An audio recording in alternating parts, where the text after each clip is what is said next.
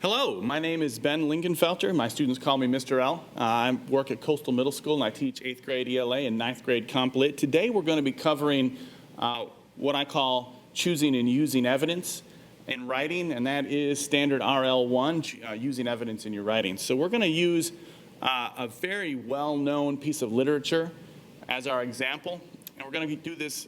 I'm going to use this slideshow that I've created to highlight some of these steps that you should take. Okay, so let's go ahead and pan over to the slideshow, and I'm going to go full screen on it. All right. And I've got some students connected that have offered to connect with me, and let's go ahead and move our way through. There we go. Okay. So, rule number one, know what you're looking for. You want to read and understand the prompt that you're given, if you're given a prompt. If you're writing on a topic of your choice, again, you still have to decide what it is you're writing about. That, of course, is your first step. Step number two, rule number two, make sure you read the entire text. If there's a text that you're given to use and you don't read it, it's like you're throwing darts with a blindfold on. Rule number three, decide what you're going to say and say it. Rule number four, find evidence that supports your point, your main point, your claim, whatever terminology you want to use, claim, point, thesis, you have to find evidence that supports it. And rule number five, use the evidence. Don't just drop it in the middle of your text. Make sure that you lead up to it, use it, and explain it if you have to. Okay, know what you're looking for. The prompt is important. You're not just looking for a cool quote. As an example, we're going to use Green Eggs and Ham by Dr. Seuss. And our prompt for our practice round here is explain the themes of Green Eggs and Ham by Dr. Seuss. Use evidence from the text to support your opinion. Okay, so for rule number one, I'm looking for what the theme is in Green Eggs and Ham. Have you read Green Eggs and Ham? I suspect most people have. Well, let's find out about my students. I've got 4 of 6 responses, 5 of 6, and let's see what we have here. Okay, 5 out of 5 in this class. And let's go ahead and for that one person that didn't answer, let's go ahead and explain the story real quick. And for those of you out there that haven't read it. If you have not read Green Eggs and Ham, it's about a narrator who refuses to eat green eggs and ham. The antagonist of sorts, Sam I Am, keeps offering it to him page after page in different settings and circumstances. The author continues to refuse. Finally, the narrator, just trying to get Sam I Am to leave him alone, gives in. He tries the green eggs and ham. He likes them. Okay, what do you think one theme of Green Eggs and Ham is? Now, I'm going to go ahead and give my students just a second here. I've got some responses already. I like to think of theme as a universal truth that we find in literature. And a universal truth has to be a kind of statement. Let's see if they did well on this or not. All right. Not to judge a book by its cover. Okay, that's interesting. Not to discount trying new things. Okay. Not to judge something before you try it. I like that. Not to be afraid to try new things. Excellent. Okay, let's take a look. Number 3, decide what you're going to say. Now, I think that one theme of Green Eggs and Ham is that people shouldn't be afraid to try new things, much like some of the students there. Finding a theme in literature can be difficult, but the longer the piece of literature, the more themes that you can find in it. And so don't be afraid to find some truth in a piece of literature that you see repeatedly and go with it. Rule number 4, find evidence that supports your point, evidence from the text. Let's take a look at a few parts of this book, and as we do that, we have to ask ourselves, what do I see in this text that agrees with what I'm trying to say? Okay, this is the beginning. That's Sam I Am, that's Sam I Am, I do not like that Sam I Am. So the narrator's initial statements show that he's already predisposed to dislike Sam I Am. So it's likely he'll deny Sam I Am whatever he asks for. So is there anything on this page that could be used as evidence? Let's see what the students say. 3 out of 3, 4 out of 4 say yes. 5 out of 5 say yes. I agree. This shows a predisposition to disliking the antagonist, and so it's very likely the narrator is just going to say no. All right, is there anything on this page that could be used as evidence? We see a lot of, I do not like them. I do not like them. I would not in a car. And of course, if you know the story, all these different scenarios, Sam I Am continues to ask him if he'll eat green eggs and ham, and he continues to say no. Let's show the responses.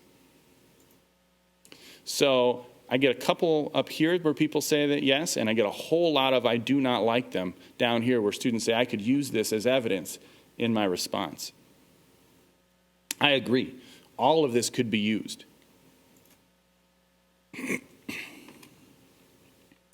All right, the narrator spends most of the book refusing. It gets fairly repetitive. That's usually a sign of theme. Anytime you see an idea that gets repeated over and over and over, you ought to be thinking to yourself, is this what the author is trying to say? Right? Any idea that gets repeated a lot is a likely suspect for theme. Okay, finally, the narrator basically gives up. He's so tired and worn out by refusing Sam I Am, and when Sam I Am finally says, you do not like them, so you say, try them, and you may. When he says that, he makes a legitimate point. The narrator has been refusing for the entire book, but he has never tried them. And so the narrator finally gives in and says, all right, I'll try them. He says, Sam, if you will let me be, I will try them, you will see.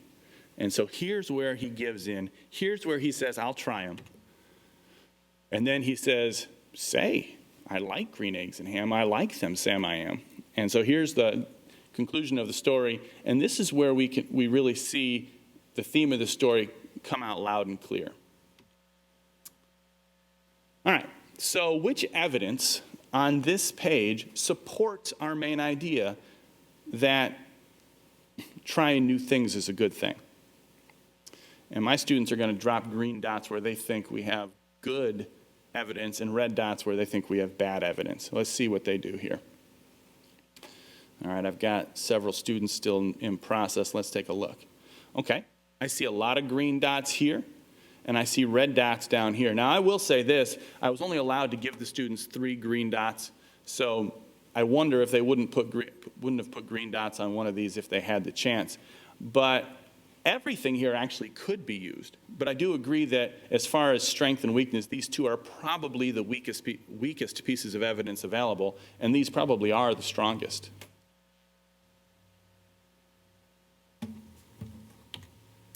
All right. Most things in stories can be used, and if we do have to prioritize, I would say that the first 4 are the strongest, but I could use all of them. The fact that the narrator is never named and the fact that Sam I Am contains the words I am actually do make them very, what we call sympathetic characters. We can relate to them very well.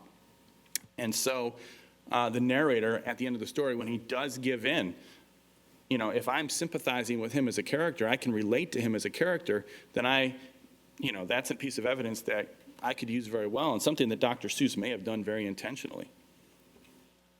Okay? Now, which piece of evidence is most useful? And this is where we have to really begin to get choosy. If I'm just going to write a constructed response, which one of these pieces of information is going to be the most useful? And I know which one I think, but I want to see what my students say. By the way, these are my real students. They've offered to be here with us today remotely. And let's see. All right, most of them like evidence number 4. And I've got one student that likes number 1. Let's see what those are. So number 4, he ends up liking, the green eggs and ham. Number 1, try them, and you may. I think these are excellent choices. Okay. Now, here's where we talk about how to use the evidence. Now, we don't want to just drop our evidence in the middle of our constructed response or essay. We want to use it. Okay. So We have two types of evidence. We have circumstantial evidence that the narrator finally ate the eggs and ham. This is not a quote, of course, right? It's something that actually happened in the story. That's why it's called circumstantial. I would use this piece of evidence to support the idea that trying new things is good. Now, I could use the direct evidence of the narrator saying, you do not like them, so you say, try them, and you may. I could also use that to support the idea of living life means doing new things, and always doing only what you've done before is like being in a cage. So direct evidence and indirect evidence are both valuable. All right, now we have to put it all together. We have our claim. The theme of Green Eggs and Ham is that people need to step out of their comfort zones to really live. We have evidence. The narrator refused to eat the eggs. The narrator finally ate them. He ends up liking them. My typo continues to follow me. You do not like them, so you say, try them, and you may. And we even have the characters' names if we choose to use them. Okay? So you want to explain your opinion before and sometimes after using the evidence. This is called transitioning into your evidence and, of course, transitioning out. So right now, I'm going to have my students write their constructed responses, and we'll take a look at them in a few minutes. But while they're writing, I'm going to switch over to another example, and we're going to go ahead and look at an example prompt from the piece Romeo and Juliet. All right, so as a second example, I've gone ahead and I've pulled up Romeo and Juliet and just a simple question about Romeo and Juliet that we can analyze. How does Shakespeare build Romeo's personality through the play Romeo and Juliet? Of course, it's my hope that ninth grade comp lit students, most of you have had some interaction with Romeo and Juliet, and so this should be more familiar to you than the last piece we looked at. All right, so number one, we have to know what the prompt is asking for. In this case, it's asking for personality traits that Shakespeare gives Romeo. So that's what we're looking for. We're looking for things that Romeo says, things he does, and things other characters say about him, things that help us understand him. All right, the second step, of course, is read the whole play. If you don't read the whole play, you're going to miss out on a lot of details that you could use.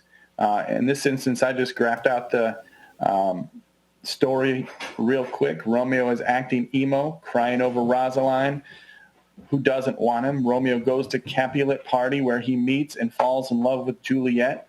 Then he climbs the wall to woo her. He vows to marry her. He convinces Friar Lawrence to marry them, and they marry. Romeo tries to avoid fighting Tybalt, her cousin. Mercutio steps in, he dies, and then in anger, Romeo kills Tybalt. Romeo's banished. He acts like it's death. Juliet fakes her death. Romeo drinks his poison and dies, and then Juliet kills herself. For several of these, I went ahead and found some quotes that would help out. For that first part where he's acting very sad, what I call emo, he says, "I, me, sad hours seem long. Why? Such is love's transgression. Griefs of mine own lie heavy in my breast." For the party, I found a quote that Capulet said about Romeo, that Verona brags of him to be a virtuous and well-governed youth. Of course, that's kind of proven wrong by the rest of the play. For convincing Friar Lawrence, he says, "Plainly know my heart's dear love is set on the fair daughter of rich Capulet. We met, we wooed, and made exchange of vow. Marry us today." And finally, in the death scene, he says, "Eyes, look your last, arms, take your last embrace, and lips, O you, the doors of breath seal with a righteous kiss. Thy drugs are quick, thus with a kiss I die." Step 3, know what it is you want to say. Based on the play, I would say that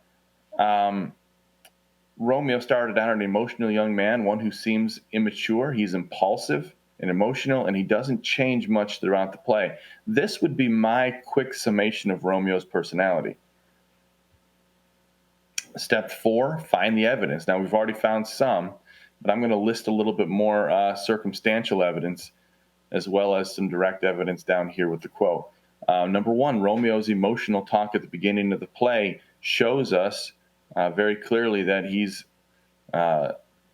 quite emotional, quite emo, if you will.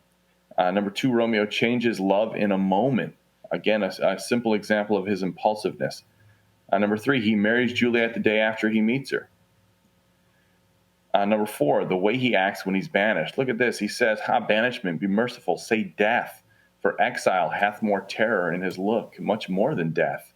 So he's saying that being banished is worse than death. Again, a fairly impulsive statement and quite emotional. 5, Romeo decides to kill himself when he hears that Juliet is dead.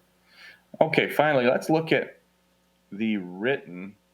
In my constructed response, I have to start out with that same claim that I made before in step 3. Shakespeare draws Romeo as an emotional and often impulsive young man. Then I'm going to lead into the evidence. Most of the decisions he makes in the play show these 2 attributes. So I reference the play in the second sentence. Then I start at the beginning of the play, and I go chronologically through it. At the beginning, he pouts in the sycamore grove. He says to his cousin Benvolio, "I, me, sad hours seem long." So I go ahead and I use direct evidence here in this quote, "Griefs of my own lie heavy on my breast." Now I'm going to use some circumstantial, some indirect evidence. His emotional tendencies show up as impulsiveness. And then I'm going to list some examples of that from the play. He falls out of love with Rosaline and in love with Juliet in a matter of moments. He marries Juliet a day after meeting her. Actually, it's less than a day. He kills Tybalt in a fit of anger. He chooses suicide after hearing that Juliet has died. Now, understandably, I'm not completely happy with this. I have good examples. I have indirect circumstantial evidence, and I have direct evidence, but I haven't figured out how to get that one quote in there, the one about his immaturity, how he acted so crazy when he found out that he was banished. So I'm going to go back into this constructive response and find a good place for it. And I think the best place probably is right here. So I'm going to go ahead and change that semicolon to a period and leave myself some room for another sentence there. And I'm going to go ahead and add it. When he finds out that he's been banished, he reacts in a very immature way, saying, and then there I can drop that second example of direct evidence, "Ha, banishment, be merciful, say death." And so now I've worked that quote in that I really wanted to work in, the one that really shows how immature and emotional he is, and how impulsive he is, how he doesn't think things through. He, instead of looking before he leaps before he ever looks. And there we have a much better, really chock full of evidence constructed response. Not everything has to be quoted when you're writing constructed responses or essays. As long as your circumstantial evidence is powerful and proves your point, it is absolutely fine to use. Anyway, this is just a short example of, again, how to use evidence, how to choose it, how to use it, and hopefully that helps you as you move forward doing the same.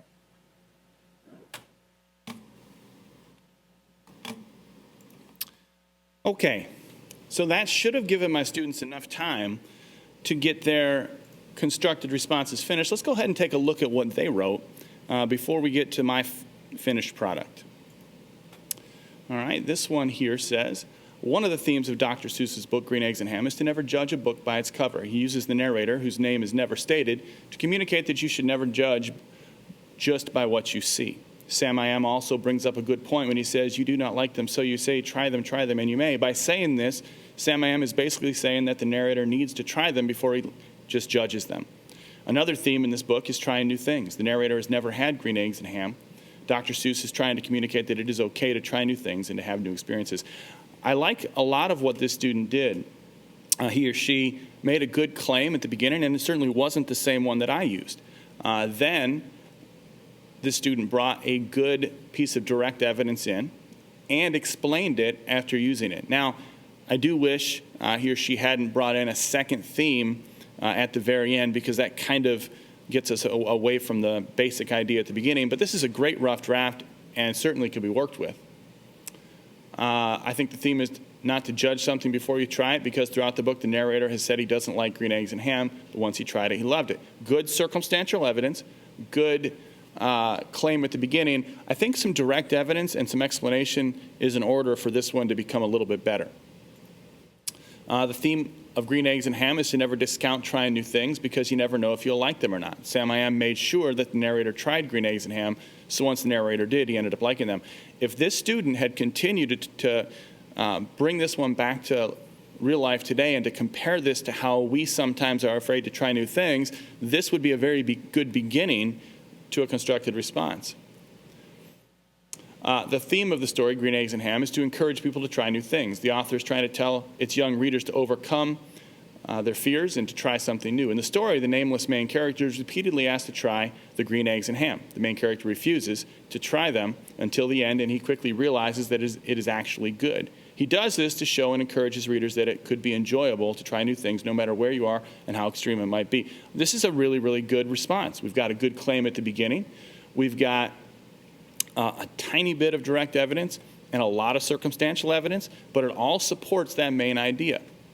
Very, very good. And let's see here. This one's very similar. And finally, okay, let's go ahead and look at my final response to this. And I know that I went a little overboard, but that's okay.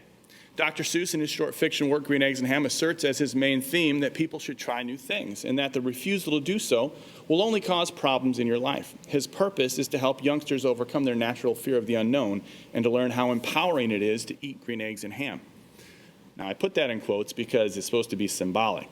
He uses his main character, who is never named and who resists repeatedly the advances of Sam I Am, but who finally eats and enjoys the ham and eggs to show his young audience how fun it can be to experience life in any place, no matter how far-fetched.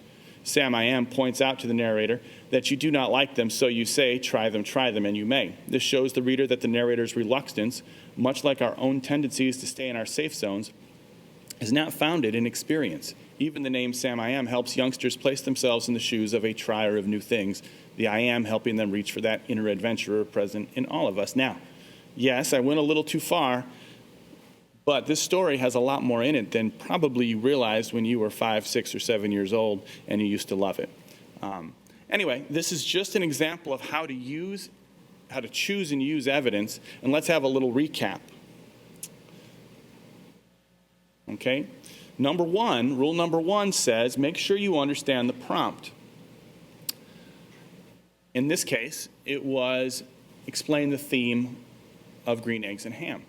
So number 2, read the entire text. Now, we didn't have time to do this in today's lesson, but because I chose a text that most students have read, it was easy to skip that step today. Number 3, decide what you're trying to say and say it, or write it in this case. We decided to choose the theme that trying new things is part of life. Finding evidence. We did that. We found the quotes. We talked about the circumstantial elements, the plot elements that agree with our claim, and then we put it all together. This is just a simple step-by-step process, and I hope that you use this or can use this as you approach some of the writing you have during our time off and even beyond. Many of you are being assigned readings at home. I'm assigning my students common lit assignments, and there's writing involved in that. And choosing the evidence from the text and using it in the responses is part of good writing. Thank you for your time today.